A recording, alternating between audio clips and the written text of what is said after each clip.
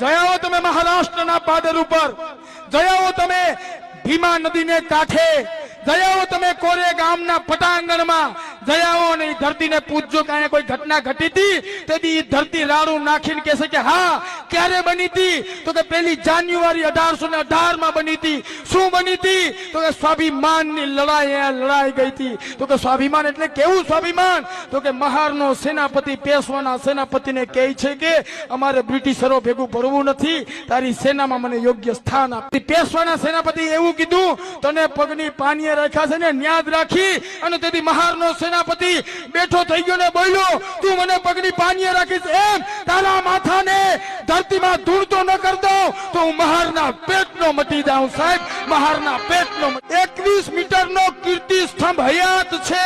તમે નેટમાં લખજો કોરેગામ સંગ્રામ એટલે આવશે। 21 મીટરનો કીર્તિ સ્તંભ રાડું નાખીને બોલે છે કે હા મેં પેશવાને ભાગતા જોયા છે, હા મેં પેશવાને ભાગતા જોયા છે।